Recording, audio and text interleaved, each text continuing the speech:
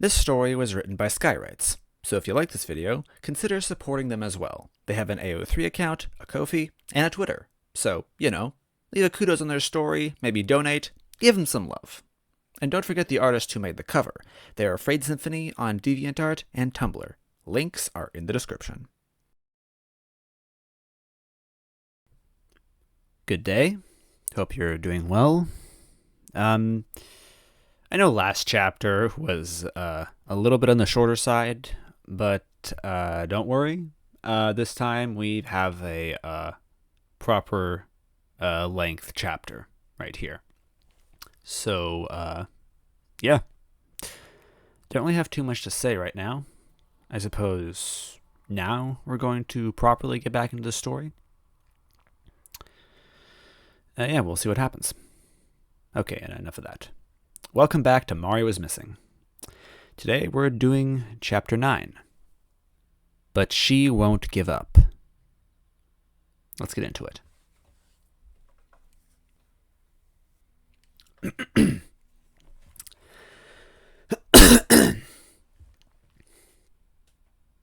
It had been a rough week. Who was she kidding? It had been a rough life. The past couple of weeks just kept coming. Just kept jumping at her, trying to stomp her under the ground. But Goombella wouldn't give up. She couldn't. Sure, maybe a few times she snuck off to cry in the bathroom, but no one knew about that. To everyone else, they saw Goombella and must have thought, gee, what a tough girl. Right? People thought that about her. Right?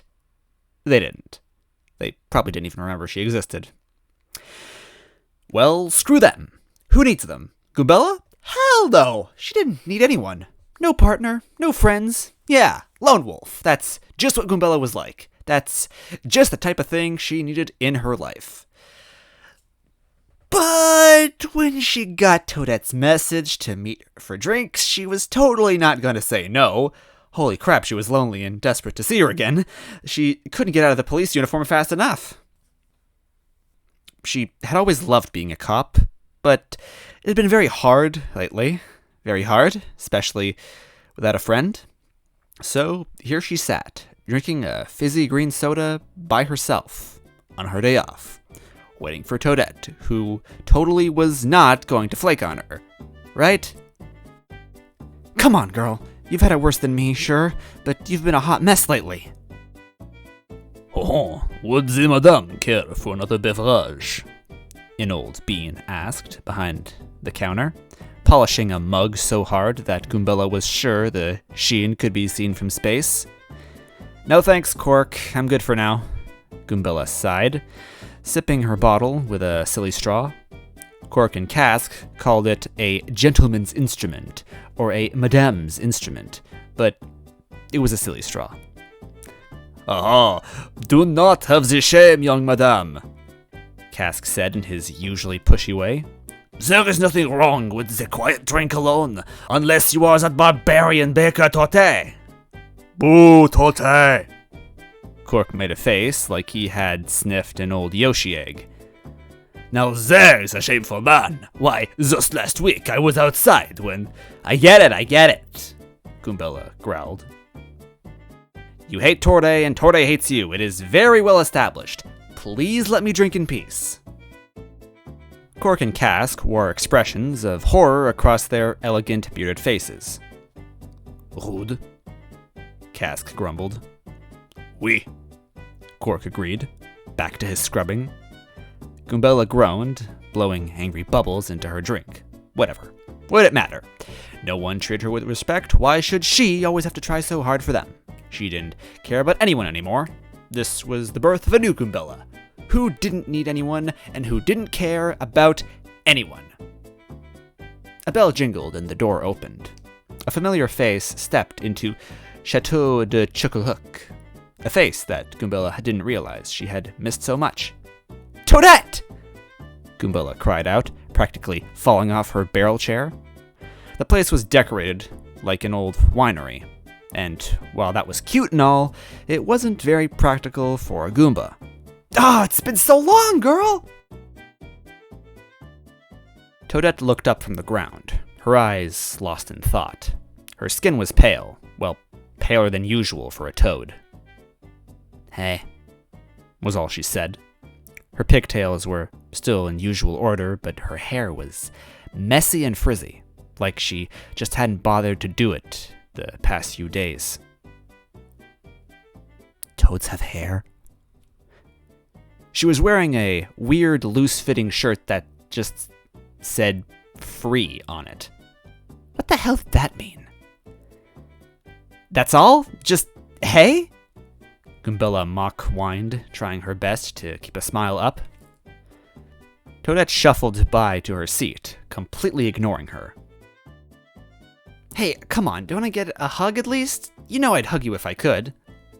"Right," Toadette said, shuffling back to wrap her arms weakly around Goombella. Jeez, she'd seen more life in dry bones. "Let me get you something to drink," Goombella said, straining to stay happy. She had to stay happy. She had no reason to be upset. Toadette did. She had every reason to be upset. Goombella didn't deserve to be unhappy. "Cork, can we get a cherry Chocola-Cola over here?" "Oh, now she wants us to speak." Cork grumbled, working a faucet installed into a huge barrel. Fizzy red liquid. Fizzy red liquid bubbled into his pristine mug, a great complementary color to Goombella's green. Now, the customer is always right, mon frère," Cask whispered to him. "They can't afford to lose another customer to that Toadette." Oui. Cork replied sternly, bringing the drink over to the table.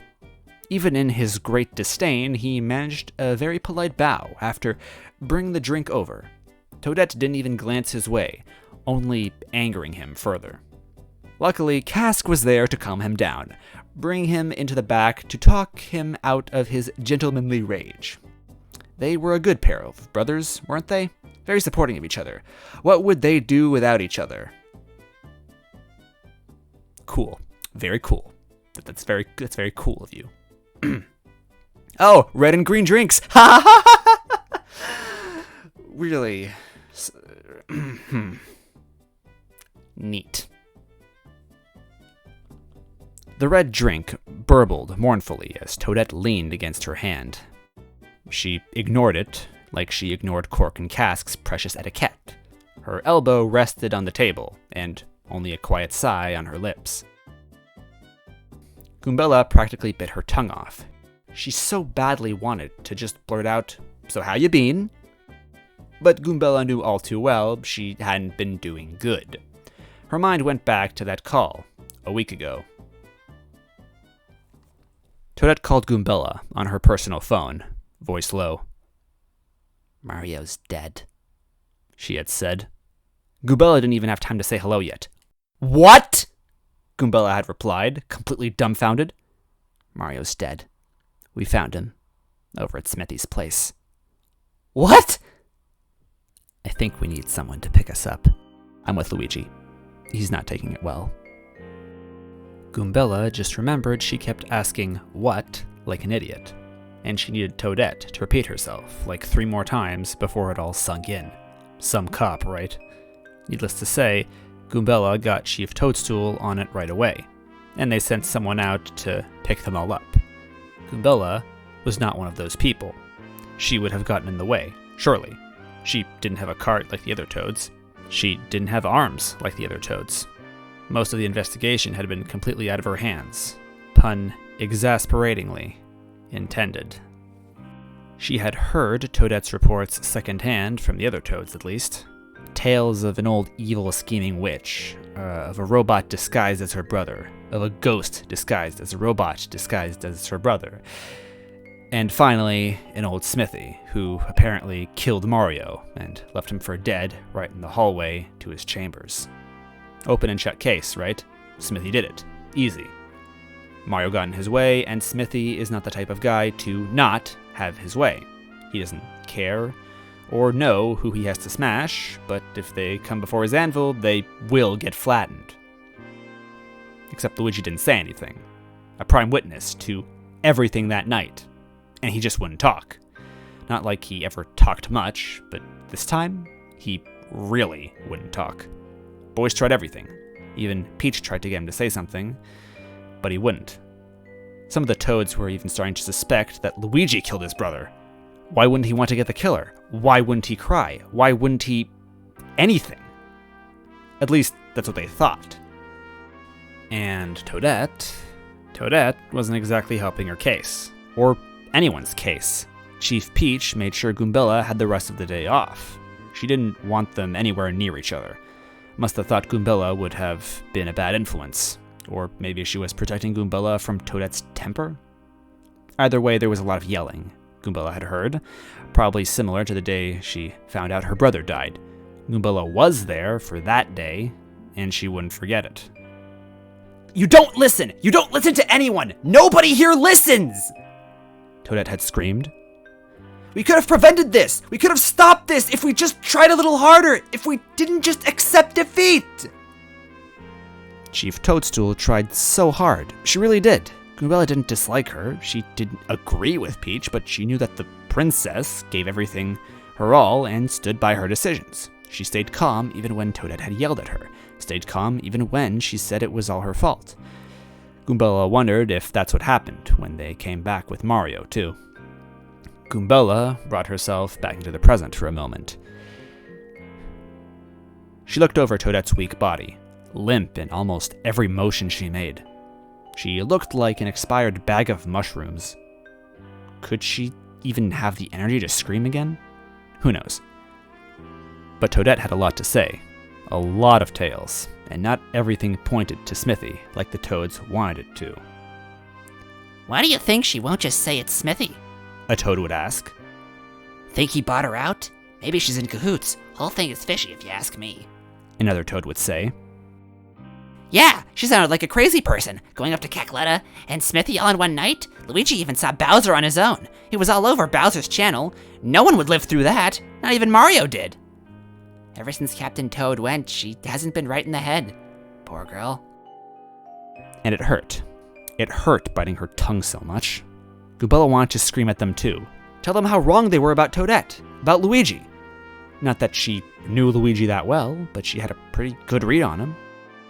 Regardless of what anyone said or didn't say, GBI got involved. And those guys are higher up than anyone in the NDPD. Galactic Bureau of Investigation. You didn't get higher up than that. Some tall lady in a fancy dress came in a few days after, looking very serious and powerful. Powerful enough that the stars themselves listened to her orders.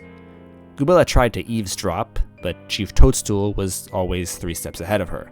That tall lady was gone, and the next day, some weird guy in blue showed up and pretty much took over the whole place.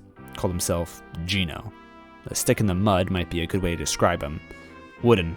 Like, imagine a doll that tried really hard to be stoic and cool. He mostly was, just at the end of the day, he was still a janky wooden doll. But say what you want about him, that guy had drive. He wanted Smithy, and he wanted him bad. Even when the other toads brought up some of Toadette's other statements, he merely shrugged it off and said that wasn't what he came here for. It couldn't have been him. Toadette suddenly mumbled to herself, throwing Goombella back into the present. Huh? Goombella said, again sounding like an idiot. Geez, she really had to stop being so shocked all the time.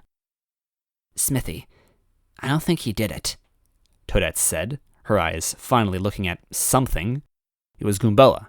She was really staring hard. Kind of unnerving, holy cow. Is this what it felt like when they did the good cop, bad cop routine? Toadette was always the bad cop. Hey, like, Goombella started, kind of wishing they could have talked about something that wasn't work, just for a little bit. I get what you're saying, you know? I don't know if it totally fits in with Smithy's character either, but who else could it be? Toadette clenched her eyes shut, pressing her palm into her forehead way too hard. I know! I don't have any proof. I don't think he killed Mario. I'm not even sure he killed my brother. You mean, like, you think that Yeradovic guy did, right? Goombella asked, trying her best to be helpful to Toadette. She knew about him. She knew about all of Smithy's troops. Paid to be well researched. That's what old Franklin says. Or, well, used to say.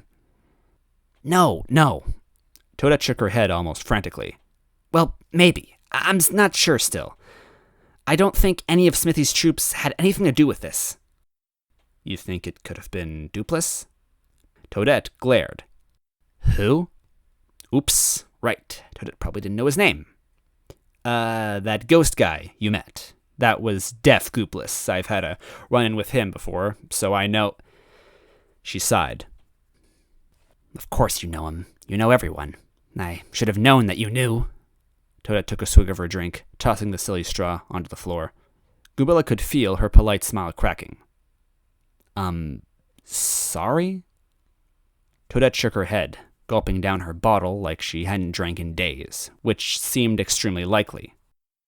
Sorry, Goombella. I didn't mean it like it was a bad thing. I meant it in a way like I should have talked to you way sooner, you know? The red soda washed down her throat, and it gave Toadette back some of the color she had lost. You really should have talked to me sooner, Goombella said quietly. She meant to add a you know to that, or maybe a like, or totally, but she didn't. I know. Toadette sighed. Sorry, things have been weird. She frowned. But at least it was an emotion. Better than being totally blank-faced. It was Goombella's turn to sigh. I know. I don't hold it against you, girl. I've been so tired, Toadette said between gulps of her soda. Before she knew it, it was already empty. Goombella scooched her green drink over for Toadette to have. Thanks. I hadn't gotten a good night's sleep, and sheesh, ever since Captain. Yeah, Goombella said with a nod. I get it. I've just... Toadette held out her hands, almost spilling the soda on herself. I've been thinking, like the usual cliché junk. Man, maybe I could have stopped it. Goombella nodded. She thought of her old professor, stomped dead. I know what you mean. If I was just better, you know? Toadette asked, eyes desperately on Goombella now. I know.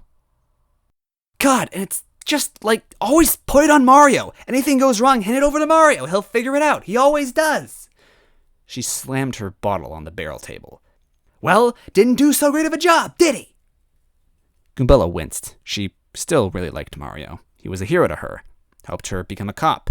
Helped her through so much. She didn't really like Toadette badmouthing him, especially after, he just died. But at the same time, Goombella understood Toadette was frustrated. She didn't mean it. I knew, man. I knew. I couldn't trust them to figure out what happened to my brother. Toadette said, a little bit louder than Goombella would have liked. Still can't even trust him now.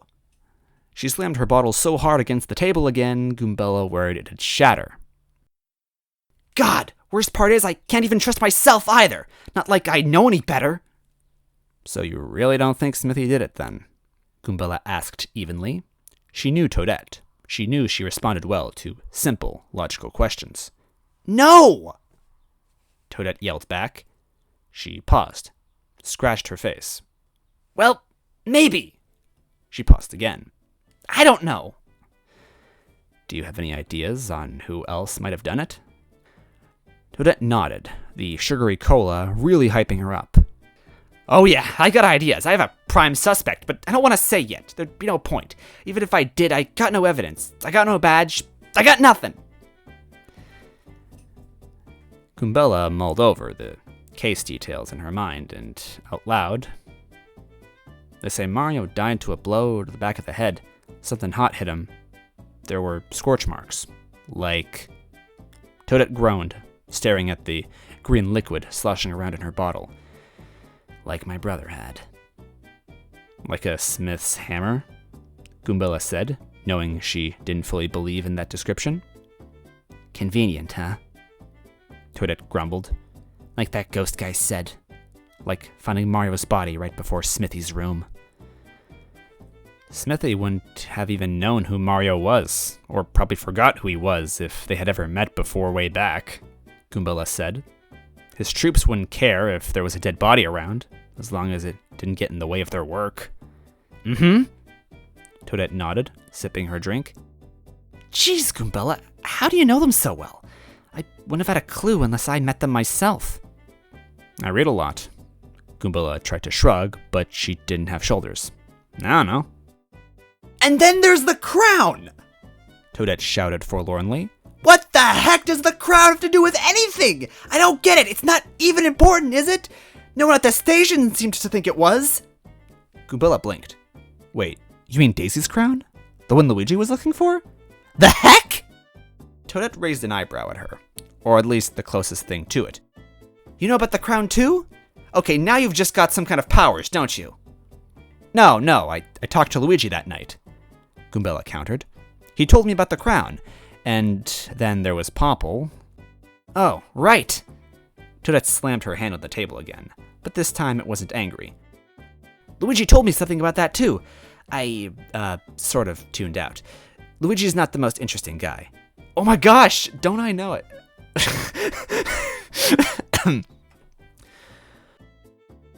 Oh my gosh, don't I know it? Goombella grinned. He's a sweet guy. I love him, but hello? Snooze fest? Right? Toadette motioned like a key to the puzzle of her life was agreeing that Luigi was nice, but weird and kind of boring. Yeah, probably shouldn't talk bad about him, all things considered. Yeah, Goombella admitted. How was he? I've wanted to visit him, make sure he was okay, but I've not had the time. This week's been a mess. Not good, Goombella. Not good. Toadette sighed. I'm pretty sure you heard, or, well, Didn't hear. He wouldn't say anything. The moment we saw Mario, it all stopped. You know how he's always mumbling or muttering about something at least? Yep. Goombella nodded. Yep, that's definitely Luigi. Can't tell when he's talking to you or himself. right? Toadette was so astonished that anyone could agree with her. But, yeah, She let her voice soften. he just went completely silent. Totally quiet. Not a single mumble. Not even the faintest of hums. He wouldn't even move unless I let him. Jeez. Goombella shook her head. I heard it was bad. I didn't realize. Not a single thing to you either? Nope. Seriously. Nothing. Toadette looked away. It was just like he lost the will to live right there, man. Goombella had to choose her words wisely. She wanted to make sure Toadette was okay too. Did the same thing happen to you? When you... No! Toadette argued fiercely. No, of course not. And like clockwork, Maybe a little. she fiddled with Goombella's silly straw, staring out of the window into the rainy city, past the burbling barrel of soda that definitely did not just move. But I didn't completely shut down like Luigi did. I got angry. I had to. It was the only thing left I felt. If I didn't get angry, maybe I'd have been like Luigi. Jeez, Goombella said intelligently. Not exactly her most helpful comment, but what else could she say? Toadette shook her head. Forget that. What about the crown, though? You think it's important? For once, Goombella was very happy to bring the topic back to work. It's either extremely important or has nothing to do with anything. Maybe both. She glared. What the heck's that supposed to mean? How the hell should I know? Well, what, happened with it? Toadette said, struggling to even form a decent question. You said some guy said he hadn't, or whatever? Popple, yeah. Goombella nodded. Toadette's eyes showed no recognition. Shadow Thief, self-proclaimed. Still nothing. The little green bean guy who was partners with Croco. Toadette's eyes lit up like fire flowers. Oh, that guy. She tilted her head. He had the crown? Said he had it. Again, Goombella did a thing that might resemble a shrug. Toadette understood. We never actually saw the crown on him. Said he stole it off Daisy and then lost it in a game at Bowser's. Toadette grimaced. What? That can't be right. Because Smithy had it, right? Goombella racked her brain, trying to understand. Why would Smithy even have it? Toadette didn't answer. You know something, don't you? Goombella asked, reading that lost-in-thought face of Toadette's all too easily. Maybe, Toadette admitted. it's still not evidence. It's still nothing but speculation. Then come on, spill the beans, Goombella begged, not even noticing the amazing pun she made. Don't leave me hanging, you know?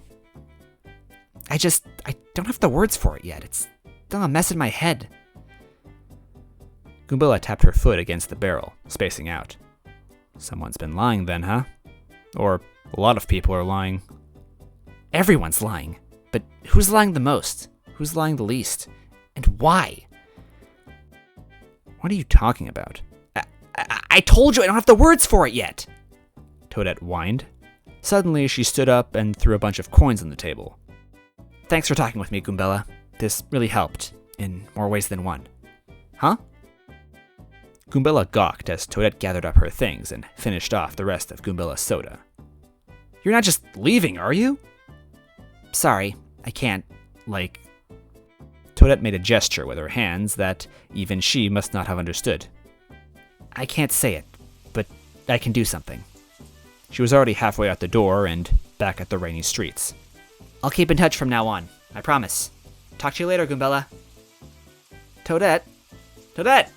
Ah, man, come on! But by the time Goombella had waddled off her chair and out the door into New Donk, Toadette was long gone. And that is the end of this chapter. All right, understandable. Another short chapter.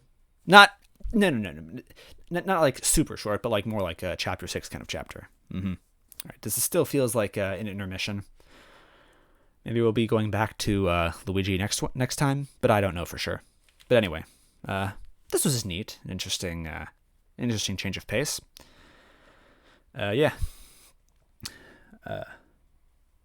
Thank you for watching. Thank you for listening. And I suppose you'll hear me next time. Good day. Ciao.